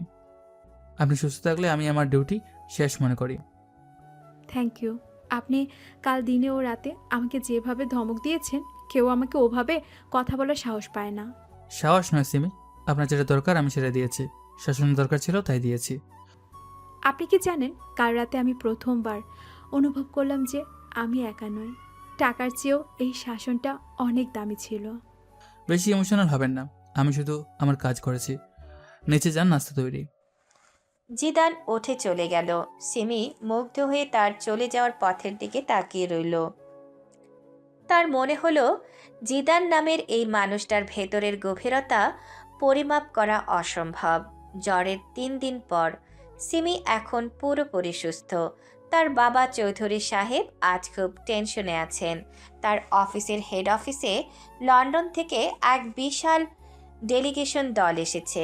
সিমি আজ ড্যাডের সাথে দেখা করতে চৌধুরী গ্রুপের অফিসে গেছে। তানিয়া, ড্যাডের কেবিন কোন দিকে? সবাই এত দৌড়াদৌড়ি করছে কেন? মামা খুব বিপদে পড়েছেন সিমি। ফরাসি একটা কোম্পানির বড় ইনভেস্টমেন্ট নিয়ে এসেছে, কিন্তু আমাদের প্রধান ট্রান্সলেটর মাঝ রাস্তাতেই অ্যাক্সিডেন্ট করেছে। ড্যাড তো ইংলিশ জানে, সমস্যা কি? ইনভেস্টাররা খুব জেদি, তারা শুধু ফরাসি ভাষায় কথা বলতে চায়। আর ড্যাডের ব্রিটিশ এক ক্লায়েন্টরাও আজ খুব সিরিয়াস মুডেই আছে। সিমি তার বাবার কেবিনের সামনে গিয়ে দাঁড়ালো। কাচের দেয়ালের ওপাশ দিয়ে দেখা যাচ্ছে চৌধুরী সাহেব ঘামছেন। ইনভেস্টররা খুব বিরক্ত হয়ে নিজেদের মধ্যে কথা বলছে। জিদান দরজার বাইরে শান্তভাবে দাঁড়িয়েছিল। Please mister Bernard, just 5 minutes. My translator is on the way. এটা সময়ের অপচয়, আমরা চলে যাচ্ছি। দর্শক, এখানে সব বাংলায় ট্রান্সলেট করা হয়েছে। সিমি বুঝতে পারল ডিলটা ভেঙে যাচ্ছে। হঠাৎ জিদান সোজা হেঁটে কেবিনের ভেতরে ঢুকে গেল। সিমি অবাক হয়ে তার পিছু পিছু ভেতরে ঢুকলো। মাফ করবেন মিস্টার বার্নার, আমি কি আপনাদের অনুবাদের কাজে সাহায্য করতে পারি? পুরো বোর্ডরুম স্তব্ধ হয়ে গেল। মিস্টার বার্নার্ড থমকে দাঁড়ালেন। চৌধুরী সাহেব তো আকাশ থেকে পড়লেন। আপনি কি ফরাসি বলতে পারেন? হ্যাঁ, সাবলীলভাবে, এবং আমি আপনাদের বিনিয়োগের শর্তগুলো খুব ভালোভাবে বুঝতে পারছি। এর পরের আধ ঘন্টা যা হলো তা সিমির কল্পনার অতীত। জিদান একবার ফরাসিদের সাথে কথা বলছে, পর মুহূর্তেই ব্রিটিশদের সাথে নিখুঁত অক্সফোর্ড অ্যাকসেন্টে ইংলিশে তর্ক করছে। সে শুধু অনুবাদ করল না, ডিলের কিছু কঠিন পয়েন্ট এমনভাবে বুঝিয়ে দিল যে দুই পক্ষই হাসি মুখে হ্যান্ডশেক করল। জিদান, আপনি সব কোথায় শিখলেন? শখ থেকে শেখা স্যার, বই পড়তে পড়তে অনেক ভাষা রপ্ত হয়ে গেছে। Mister Chowdhury, your security personnel is more talented than your managers. He saved this deal. Meeting শেষ হলো। সবাই জিদানের প্রশংসা করতে করতে বেরিয়ে গেল। সিমি কেবিনের এক কোনায় দাঁড়িয়ে জিদানের দিকে তাকিয়েছিল। তার চোখের পলক পড়ছে না। জিদান, আপনি আমাকে আবার সারপ্রাইজ করে দিলেন। আপনি ফার্সি ভাষাও জানেন? ভাষা জানাটা অপরাধ নয় সিমি। না, কিন্তু একজন বডিগার্ডের এত নলেজ! আপনি কে জিদান? আপনি কি আসলে একজন সামান্য বডিগার্ড? আমি আপনার ছায়া, আর ছায়ার কোনো নির্দিষ্ট পরিচয় থাকে না। আপনার ডিল সাকসেসফুল হয়েছে, এখন বাড়ি চলুন। আপনি কি জানেন, আপনি যখন কথা বলছিলেন আপনাকে কতটা পাওয়ারফুল লাগছিল? মনে হচ্ছিল আপনি এই রুমের মালিক। পাওয়ার কোথা থেকে আসে না সিমি, আসে জ্ঞান থেকে। টাকার চেয়েও বড় অস্ত্র হলো নলেজ। আপনি আমাকে অনেক কিছু শেখাচ্ছেন। আমি আগে মানুষকে শুধু তাদের গাড়ি আর ব্যাংক ব্যালেন্স দিয়ে চাষ করতাম। আজ প্রথম বুঝলাম আভিজাত্য আসলে পোশাকে নয়, যোগ্যতায় থাকে। দেরিতে হলে বুঝতে পেরেছেন, এটাই অনেক। চলুন এখন। সিমি আর জিদান অফিসের করিডোর দিয়ে হাঁটছে। অফিসের সব মেয়ে জিদানের দিকে তাকিয়ে ফিসফাস করছে। সিমি এক অদ্ভুত গর্ব অনুভব করলো। সে বুঝতে পারল সে জিদানকে আর শুধু একজন কর্মচারী হিসেবে দেখছে না, সে এমন একজন পুরুষের প্রেমে পড়েছে যাকে জয় করা পৃথিবীর সবচেয়ে কঠিন কাজ। জিদান, আমি আপনার প্রেমে শুধু আপনার চেহারার জন্য পড়িনি, আমি আপনার ওই অসাধারণ ব্যক্তিত্বের জন্য পড়েছি। আপনি আমার সীমানা ভেঙে দিয়েছেন। সিমি গাড়ির পেছনের সিটে বসে কাঁচ দিয়ে জিদানের প্রোফাইল দেখছিল। ড্রাইভ করার সময় জিদানের শান্ত মুখটা এখন সিমির কাছে পৃথিবীর সবচেয়ে সুন্দর দৃশ্য। কিন্তু সে জানে না এই মুগ্ধতার শেষে পরিণতি কতটা ভয়ঙ্কর হতে যাচ্ছে। এভাবেই দেখতে দেখতে 1 মাস গড়িয়ে গেল। আহমেদ ম্যানশনের সেই দাম্ভিক দিনগুলো যেন এক মায়াচ্ছন্ন কুয়াশায় ঢাকা পড়েছে। এই 1 মাসে সিমি আহমেদের ভেতর এমন এক আমূল পরিবর্তন এলো যা দেখে তার বাবা চৌধুরী সাহেব থেকে শুরু করে বাড়ির মালি রহিম চাচাও অবাক। সিমি এখন আর মাঝরাত পর্যন্ত পার্টি করে বেড়ায় না। দামি মেকআপ আর উগ্র ওয়েস্টার্ন পোশাকগুলোও এখন আলমারির এক কোণায় পরে থাকে। সে এখন সুতির সালোয়ার কামিজ পরে, চুলে বেনুনি করে আর বাড়ির স্টাফদের সাথে কথা বলার সময় নিচু স্বরে কথা বলে। সে লাইব্রেরিতে বসে ঘন্টার পর ঘন্টা বই পড়ে, ঠিক যেমনটা জিদান পছন্দ করে। কিন্তু এই পুরো সময়টাতে জিদান ছিল একখণ্ড বরফের মতো, যে গলে না, শুধু দূর থেকে সব কিছু পর্যবেক্ষণ করে। আজ বিকেল 4টে, যমুনা ফিউচার পার্কের ভিড় ঠেলে সিমি আর জিদান হাঁটছে। সিমি আজ একটা হালকা আকাশি রঙের জামদানি কামিজ পরেছে, কপালে একটা ছোট্ট টিপ। সে বারবার আর চোখে জিদানের দিকে তাকাচ্ছে, কিন্তু জিদানের দৃষ্টি শুধুই ভিড়ের ওপর। জিদান, একটু দাঁড়াবেন? ওই শোরুমের কালেকশনগুলো খুব সুন্দর। আপনার কেনাকাটা করার থাকলে করতে পারেন, আমি বাইরে দাঁড়িয়ে আছি। বাইরে কেন? ভিতরে আসুন না, আমার একটা পারফিউম পছন্দ করতে হবে, হেল্প করবেন? পারফিউম আপনার ব্যক্তিগত রয়েছে, এখানে আমার কোনো ভূমিকা নেই। সিমি জিদানের হাত ধরার চেষ্টা করেও নিজেকে থামিয়ে নিল। সে ভেতরে ঢুকে একটি লাক্সারি পারফিউমের সেকশনে গিয়ে দাঁড়ালো। Welcome ma'am. আপনি কি আপনার নিজের জন্য দেখছেন নাকি আপনার পার্টনারের জন্য? ওনার জন্য একটা দেখান। ইউডি আর স্ট্রং স্মেল ওনার পছন্দ মনে হয়। জিদান পাথরের মতো পাশে দাঁড়িয়ে রইল। সে কোনো দিকে তাকাচ্ছে না, যেন সে এখানেই নেই। স্যার, আপনি কি এটা ট্রাই করবেন? এটা আমাদের লেটেস্ট কালেকশন। না, আমার প্রয়োজন নেই। জিদান প্লিজ, আমার জন্য অন্তত একবার স্মেলটা দেখুন। এটা কি আপনার ভালো লাগছে? হুম হুম। ভালো লাগা বা খারাপ লাগার বিলাসিতা করার জন্য আমি এখানে আসিনি মিস সিমি। আপনার কেনাকাটা শেষ হলে চলুন, নিচে জ্যাম বাড়তে শুরু করেছে। আপনি কি সবসময় এত রুটিন মেনে চলেন? একদিন কি আমার সাথে একটু নর্মাল গল্প করতে পারেন না? আমি আপনার কর্মচারী সিমি। কর্মচারীরা মালিকের সাথে গল্প করে না, শুধু নির্দেশ পালন করে। আমি তো এখন আর আগের মতো নেই। আমি তো চিৎকার করি না, আপনার সব কথা শুনি। তাও আপনি আমার দিকে একবারও সরাসরি তাকাচ্ছেন না কেন? আপনার বদলানোটা আপনার ব্যক্তিগত বিষয়, আমার কাজের সাথে এর কোনো সম্পর্ক নেই। আপনি কি আমাকে একটু সম্মান করেন না? সম্মান আর ইমোশন এক জিনিস নয়। আমি আপনাকে আপনার বাবার মেয়ে হিসাবে সম্মান করি, এর বাইরে আর কিছু নয়। সিমির চোখে পানি টলমল করছে। সে পারফিউমটা না কিনেই দোকান থেকে বেরিয়ে এলো। জিদান নির্বিকারভাবে তার পিছু পিছু হাঁটতে লাগলো। সিমি পার্কিং লটে যাওয়ার সময় হঠাৎ থমকে দাঁড়ালো। আমি যদি কাল মরে যাই, আপনি কি একটুও কাঁদবেন না? আমি আমার ক্লায়েন্টকে মরতে দেই না, ওটাই আমার সার্থকতা। আপনি একটা পাথর, আপনার ভিতরে কোনো হৃদয় নেই। পাথরের গায়ে ধাক্কা খেলে নিজেরই লাগে সিমি। এখন গাড়িতে উঠুন। সিমি গাড়িতে বসে ফুপিয়ে কেঁদে উঠল। সে বুঝতে পারছে না সে কি করলে এই লোকটার মন পাবে। জিদান গাড়ি স্টার্ট দিয়ে শান্তভাবে ঢাকা ট্রাফিকের দিকে মনোযোগ দিল। সে জানালার কাছ দিয়ে সিমির চোখের জল দেখল, কিন্তু তার চোয়াল ছিল শক্ত। সন্ধ্যা নেমেছে।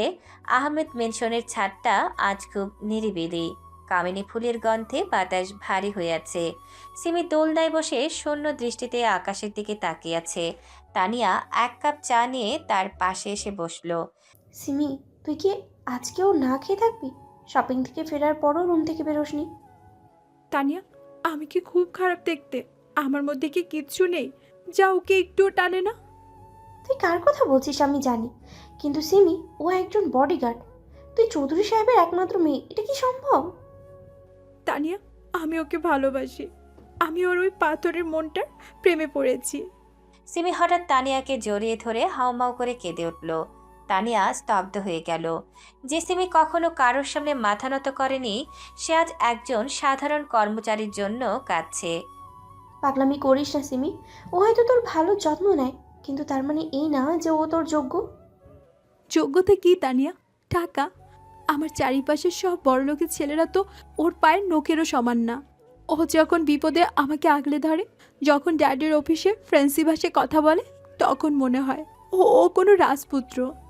কিন্তু ও তোকে ইগনোর করে। ওকে জানে তুই ওকে কতটা চাস। ও সব জানে। ও খুব বুদ্ধিমান। ও শুধু চায় আমি ওর সামনে ছোট হই। আমি নিজের সব আভিজাত্য বিসর্জন দিয়েছি ওর জন্য। আগে আমি মানুষকে মানুষ মনে করতাম না, আর আজ আমি ওর একটা হাসির জন্য ভিখারির মতো বসে থাকি। তুই ওর প্রেমে পাগল হয়ে গেছিস সিমি, এটা তোর জন্য বিপদ ডেকে আনতে পারে। আনুক বিপদ, আমি আর সহ্য করতে পারছি না। কাল ড্যাডের এনিলারি বিজনেস মিটিং, সেখানে ড্যাড ওকে অনেক প্রশংসা করবে। আমি ভাবছি কালই ওকে সব বলে দিব। এত তাড়াহুড়ো করিস না, যদি ও মানা করে দেয়? মানা করলে আমি ওর পায়ে পড়ে থাকবো। ও আমাকে শাসন করবে, ও আমাকে প্রোটেক্ট করবে। ওর ওই কড়া গলার ধমক ছাড়া আমার এখন রাতে ঘুম আসে না তানিয়া। তোর এই অবস্থা দেখলে মামা তো মরেই যাবেন। ড্যাডও ওকে পছন্দ করে, হয়তো বডিগার্ড হিসেবে নয়, কিন্তু ওর ট্যালেন্ট তো ড্যাড দেখেছে। আমি ড্যাডকে রাজি করাবো। সিমি চোখ মুছে উঠে দাঁড়ালো। তার চোখে এখন এক অদ্ভুত সংকল্প। সে আকাশের চাঁদের দিকে তাকিয়ে বিড়বিড় করে কিছু বলল। জিদান, আপনি আমাকে যত অবহেলা করেন, আমি তত বেশি আপনার দিকে টেনে আসব। আমি আপনাকে আমার জীবনের সীমানা মানিয়ে ছাড়ব। সিমি নিচে নেমে যাওয়ার পর তানিয়া একা ছাদে দাঁড়িয়ে রইল। সে বুঝতে পারছে না এই অসম প্রেম আহমেদ ম্যানশনে কোনো নতুন ঝড় নিয়ে আসবে কিনা। এদিকে জিদান তখন নিচে তার রুমে বসে অন্ধকার বারান্দার দিকে তাকিয়ে সিগার ফুঁকছে। তুমি সীমানা পার করছো সিমি।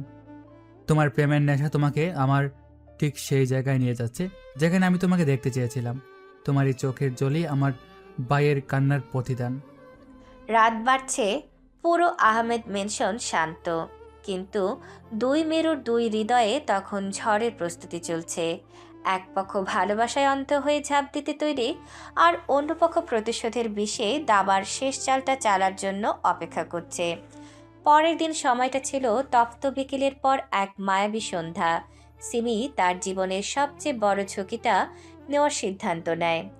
সে জিদানকে একটা জরুরি ফোন করে জানায় যে সাভারের কাছে তাদের নির্জন লেক হাউসে কিছু সন্দেহভাজন লোক ঘোরাঘুরি করছে এবং তাকে সেখানে একাই যেতে হবে বাবার কিছু জরুরি ফাইল আনতে।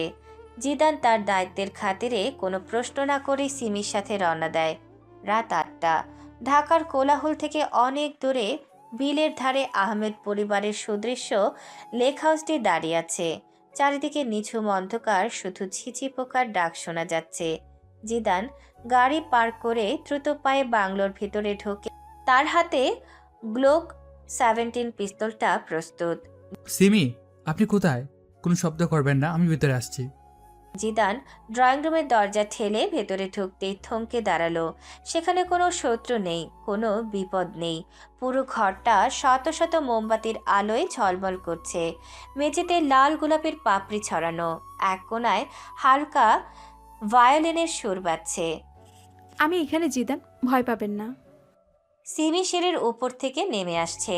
আজ তার পরনে কোনো ওয়েস্টার্ন পোশাক নেই, বরং এক লাল টকটকে ঢাকাই জামদানি। চুলে একগুচ্ছ তাজা বেলি ফুল। মোমবাতির কাপা আলোয় তাকে কোনো অপসরার মতো লাগছে। এসবের মানে কি সিমি? আপনি আমাকে মিথ্যা বলে এখানে নিয়ে এসেছেন? মিথ্যা না বললে কি আপনি আসতেন? আমি জানতাম আপনি ডিউটির কথা বললে পাহাড় টপকেও চলে আসবেন। আপনার কি জ্ঞান বুদ্ধি সব লোপ পেয়েছে? আপনি কি জানেন আমি এখন কতটা বিরক্ত? বিরক্ত হবেন না জিদান প্লিজ। আজ আমি কোনো মালিক নই, আর আপনিও কোনো বডিগার্ড নন। আজ শুধু আমরা দুজন। সিমি ধীর পায়ে জিদানের কাছে এগিয়ে এলো। জিদান 2 কদম পিছিয়ে গেল। তার চোয়াল শক্ত হয়ে আছে, চোখের দৃষ্টিতে অশুভ এক মেঘ। নিজের সীমানা বলে যাবেন না মিস সিমি। আমি এখানে আপনার সাথে মোমবাতি জ্বালিয়ে খেলা করতে আসিনি। সীমানা তো আমি অনেক আগে পার করে ফেলেছি জিদান।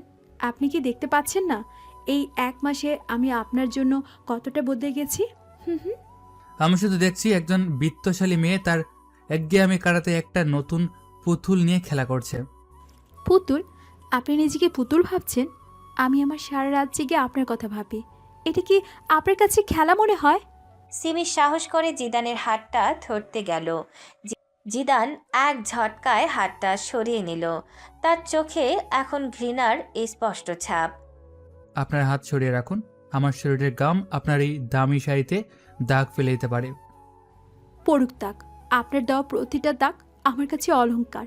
জিদান, একবার শুধু আমার চোখের দিকে তাকান। আপনি কি সেখানে নিজের জন্য কোনো জায়গা দেখতে পাচ্ছেন না? আমি সেখানে শুধু একরাশ অহংকার আর শূন্যতা দেখতে পাচ্ছি। আপনি নিজেকে সাজিয়ে এখানে বসিয়ে রেখেছে, কিন্তু ভেতরটা আপনার এখনো পচা। আপনি কেন আমাকে এত কষ্ট দিচ্ছেন? আমি তো আপনাকে জয় করতে চেয়েছি, আপনাকে অসম্মান করতে নয়।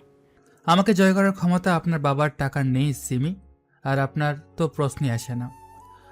সিমি মোমবাতির আগুনের দিকে তাকিয়ে রইল কিছুক্ষণ।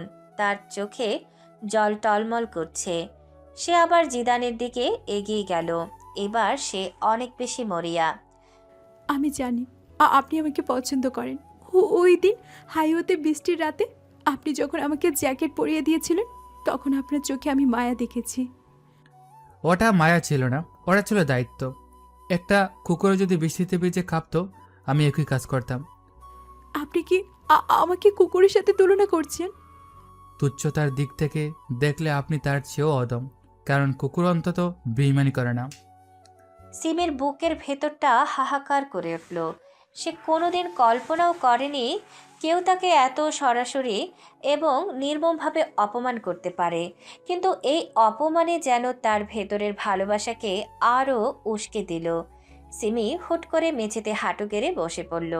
তার দামি জামদানি শাড়িটা গোলাপের পাপড়ির ওপর লুটোপুটি খাচ্ছে। সিমি জিদান, আমি আর পারছি না। আমি আপনার এই অবহেলা আর সইতে পারছি না। সইতে না পারলে বাইরে চলে যান, আপনার জন্য গাড়ির চাবি রেডি আছে। আমি কোথাও যাব না। আপনি কি বলছেন না জিদান? আমি আপনাকে ভালোবাসি। আমি আপনাকে ছাড়া এক মুহূর্ত থাকতে পারছি না। পাগলের মতো উঠে দাঁড়িয়ে জিদানের শার্টের কলারটা 2 হাত দিয়ে আঁকড়ে ধরল। সে জিদানকে ঝাঁকুনি দিতে লাগলো আর ডুকরি কেঁদে উঠল। কেন আপনি এত নিষ্ঠুর? আমি আমার সব অহংকার, সব জেদ আপনার পায়ের কাছে নামিয়ে রেখেছি। আমি কি যথেষ্ট নই আপনার জন্য? আপনি আমার পায়ের দুলুর সমান নন সিমি, ছাড়ুন আমাকে। ছাড়বো না। আজ আপনি আমাকে ভালোবাসবেন, নয়তো আমাকে মেরে ফেলুন। আমি আপনার জন্য আমার ড্যাডকে ছাড়তে পারি, এই রাজপ্রাসাদ ছাড়তে পারি। আমি আপনার সাথে ছোট্ট একটা কুড়ে ঘরে থাকতেও রাজি। ভালোবাসা আপনার মতো বড় লোকের বিগড়ে যাওয়া মেয়েদের ভালোবাসা আপনার মতো বড় লোকের বিগড়ে যাওয়া মেয়েদের কাছে ভালোবাসা মানে একটা নতুন খেলনা। কিছুদিন আগে আপনার অহংকার ছিল আপনার টাকা, আর এখন আপনার জেদ হলো আমাকে পাওয়া।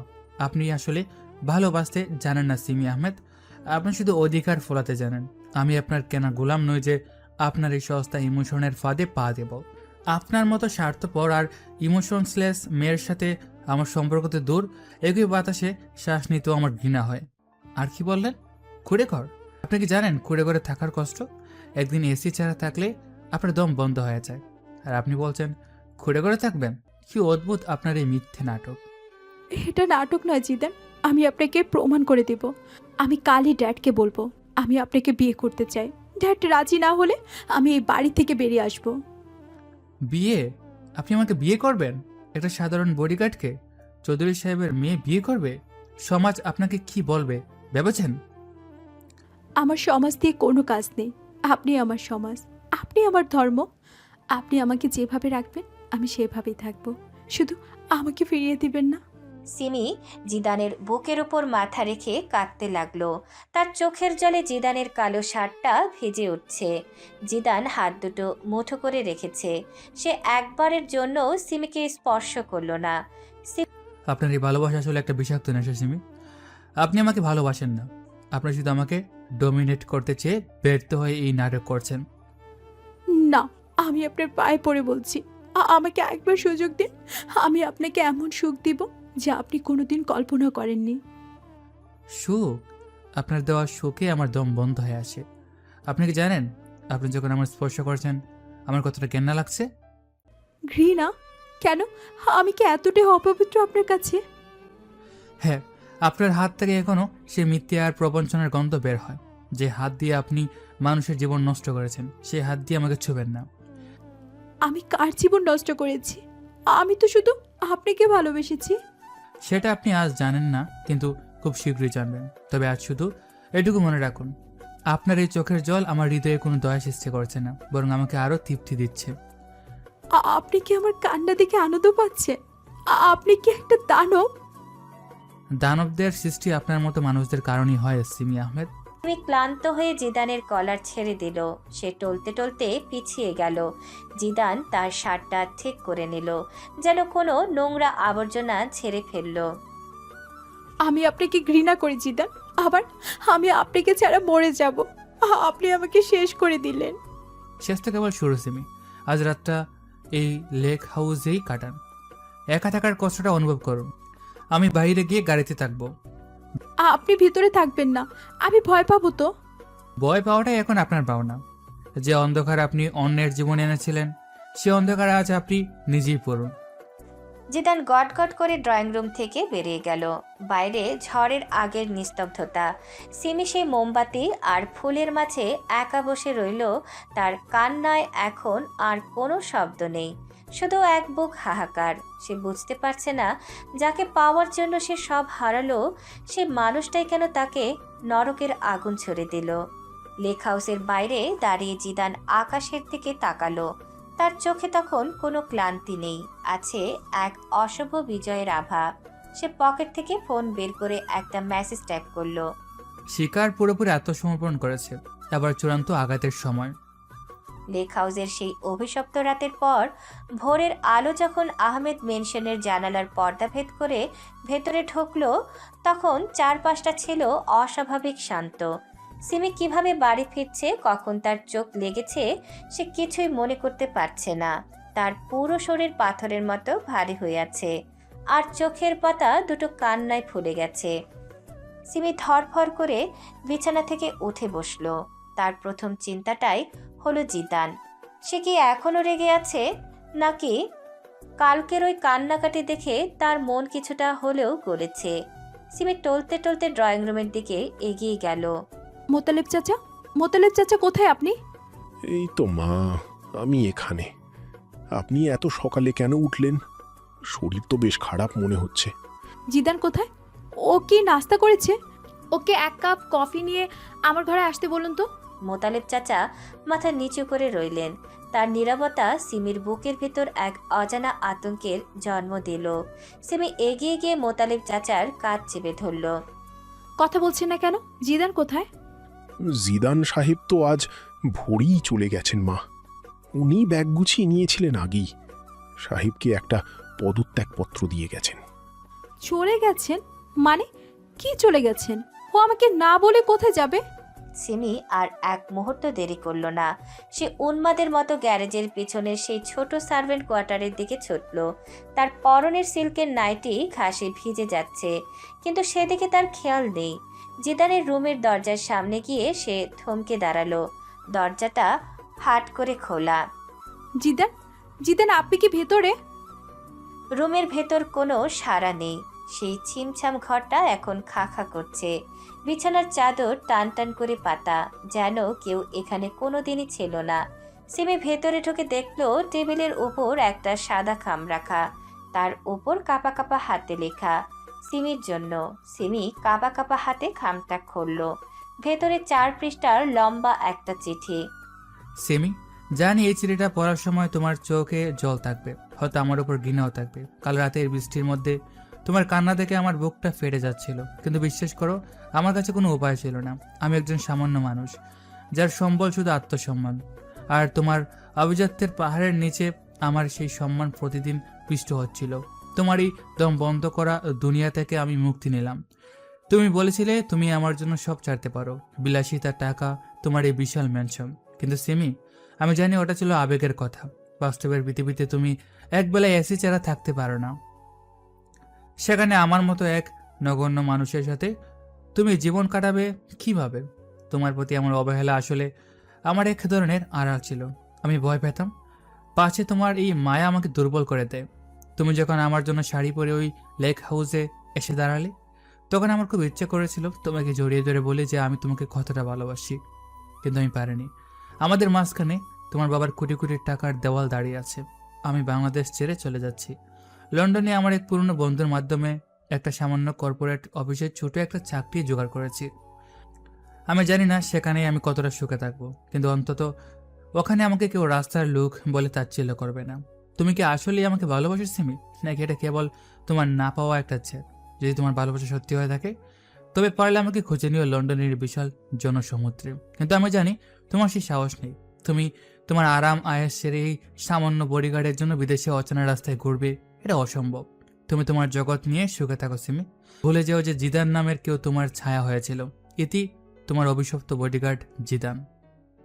চিঠিটা পড়া শেষ হতেই সিমি চিৎকার করে মেঝেতে বসে পড়ল। তার কান্নায় পুরো ম্যানশন কেঁপে উঠল। তানিয়া ছুটে এলো তার কাছে। কি হয়েছে সিমি? জিদান কোথায়? ও চলে গেছে তানিয়া। ও আমাকে পরীক্ষা করেছে। ও মনে করে আমি ওকে খুঁজে পাবো না। ও মনে করে আমি শুধু বিলাসিতা করতে জানি। শান্ত হ সিমি, ও তো ঠিকই বলেছে। তুই একা লন্ডনে যাবি কি করে? মামা তোকে কখনোই যেতে দেবে না।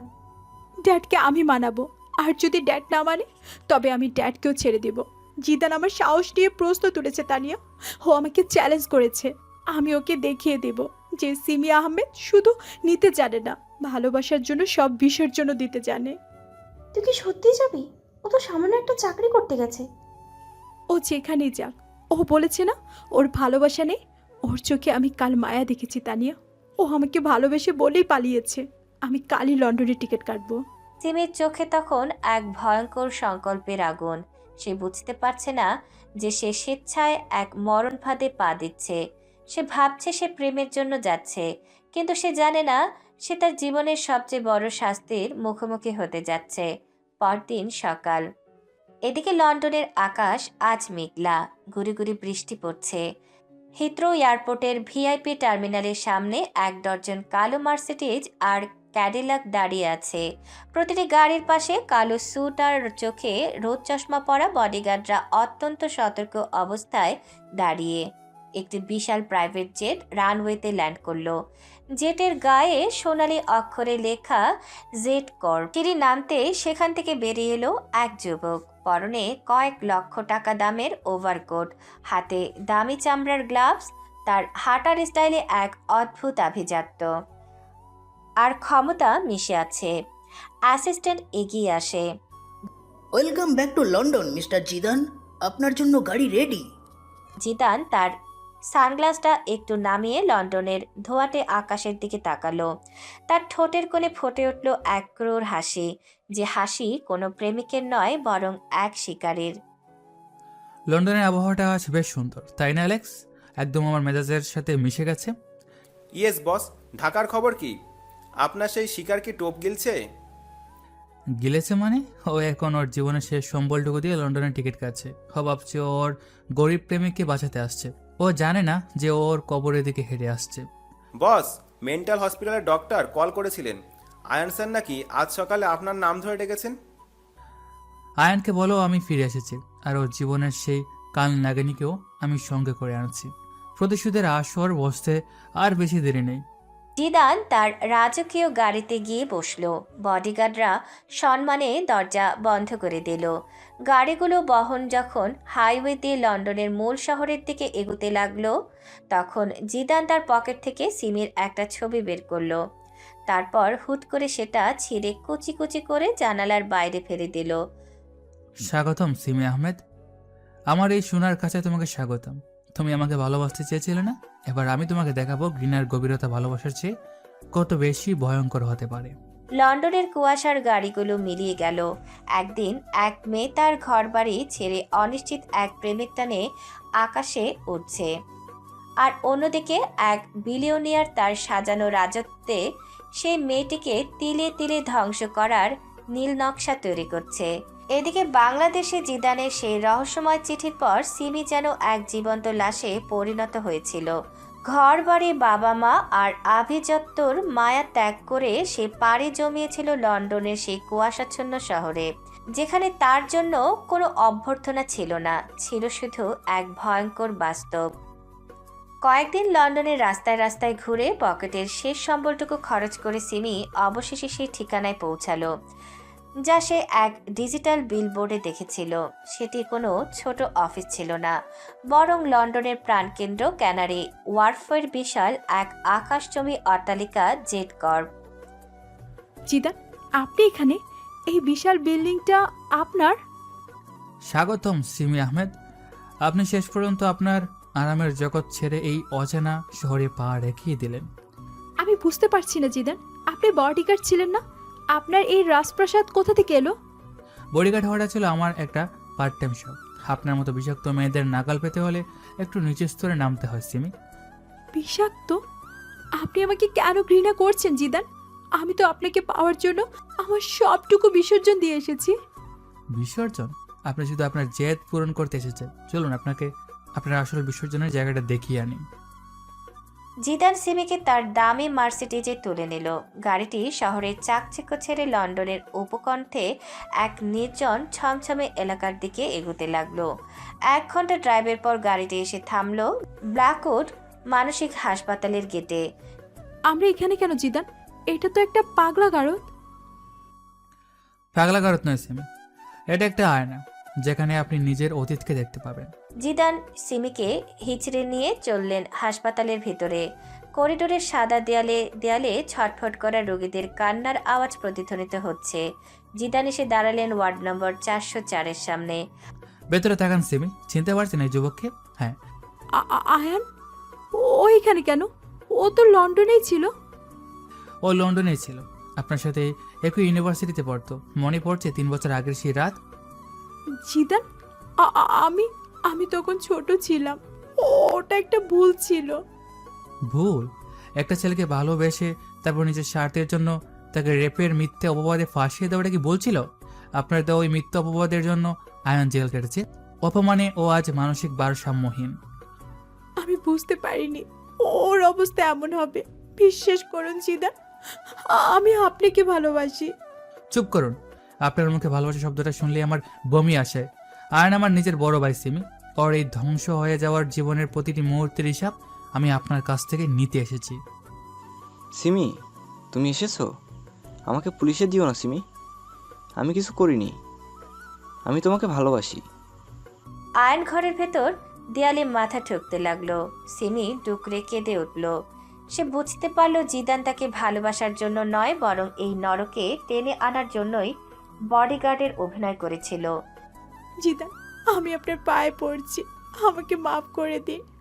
আমি যা করেছি তার জন্য আমি লজ্জিত। লজ্জা দিয়ে কি আমার ভাইয়ের হারানো বছরগুলো ফিরে আসবে?